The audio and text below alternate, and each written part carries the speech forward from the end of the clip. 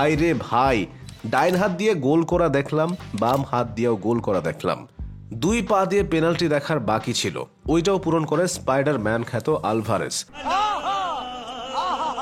ভাই রে, সামনের ঈদে যদি জুতা কিনেন তাইলে একটু দেখা শুইনা কিনবেন, নাইলে আবার যেখানে সেখানে আলভারেজের মতো পিছলা খাইয়া সব নষ্ট করে ফেলবেন।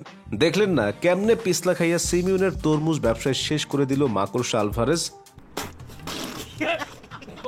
তরমুজ ব্যবসায়ী সিমিউনের শিষ্য আলভারেজের কথা শুইনা তো ডরাই গেছিলাম। বেচারায় রিয়াল মাদ্রিদরে হুমকি দিয়ে কইছিল তাদের মাঠে 90 মিনিট নাকি বাকি আছে, তখন রিয়াল মাদ্রিদরে দেখা নেবে। 90 মিনিট গেল, এরপর আরো 30 মিনিট দিল রিয়াল তারে, দিয়া কইল দেখবি যখন তখন ভালো কইরা দেখ। কিন্তু হায়, তার দেখা শেষ হয় না, সাথে সাথে তাদেরও 90 মিনিট শেষ হইতেছে না। যারা সারা রাত ভইরা বৈশা আছে রিয়াল মাদ্রিদের হার দেখবো বইলা, অনেকে তো আবার মোবাইলে বেশ বড় বড় স্ট্যাটাসও লেখা রাখছিল।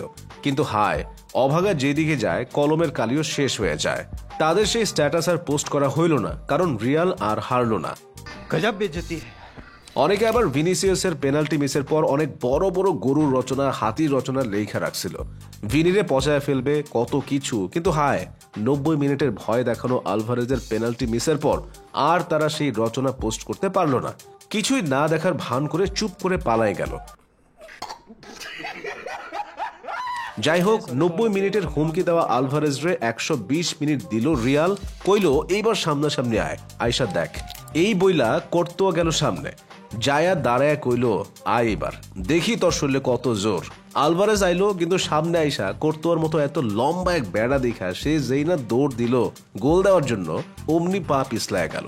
পিছলায় দুই পা দিয়া শট মাইরা গোল দিল ঠিকই, কিন্তু দুই পা দিয়ে পেনাল্টি মারার নিয়ম না থাকায় বাতিল হয়ে গেল সে পেনাল্টি। ভাই রে ভাই, ডাইন হাত দিয়ে গোল করা দেখলাম, বাম হাত দিয়েও গোল করা দেখলাম। দুই পা দিয়ে পেনাল্টি দেখার বাকি ছিল, ওইটাও পূরণ করে স্পাইডারম্যান খ্যাত আলভারেজ।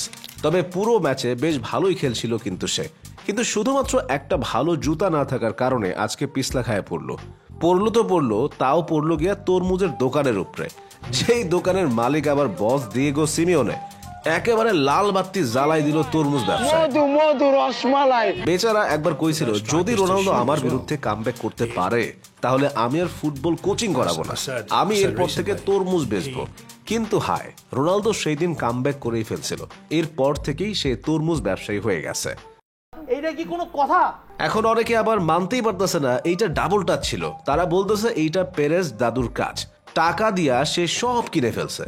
আসলে পেরেজ দাদু আর মাদ্রিদ রেফারি কিনছে বুঝলাম, VAR কিনছে তাও বুঝলাম, কিন্তু ঘূর্ণিঝড় আলভারেজকে কেমনে কিনলো সেটা বলেন তো একটু। অবশ্য এই জায়গায় কেউ কথা বলতে পারেন, আলভারেজ তার শৈশবে আসছিল রিয়াল মাদ্রিদের একাডেমিতে, অল্পের জন্য সে রিয়ালের মূল দলে খেলতে পারে নাই, তাই অনেকে কইতেছে সে আসলে রিয়ালের গুপ্ত খেলোয়াড়। সে অন্য দলের ভেতর ঘাপটি মাইরা বৈশা ছিল রিয়াল মাদ্রিদরে এইরকম বিপদের দিনে সাহায্য করার জন্য। আজকে সময় সুযোগ পাইয়া সে কাজটা কইরা ফেলছে। তবে আমার সবচেয়ে বড় আফসোস লাগছে সেই সব আপু ভাইয়াদের জন্য যারা সারা রাত জায়গা ছিল রিয়ালের পরাজয় দেখবো বইলা, আর ম্যাচ শেষে পেনাল্টি মিস করার কারণে ভিনির গোষ্ঠী উদ্ধার করবো বইলা, কিন্তু দেখা গেল ম্যাচ শেষ হইতে না হইতেই তারা নিজেরাই গর্তে চলে গেল।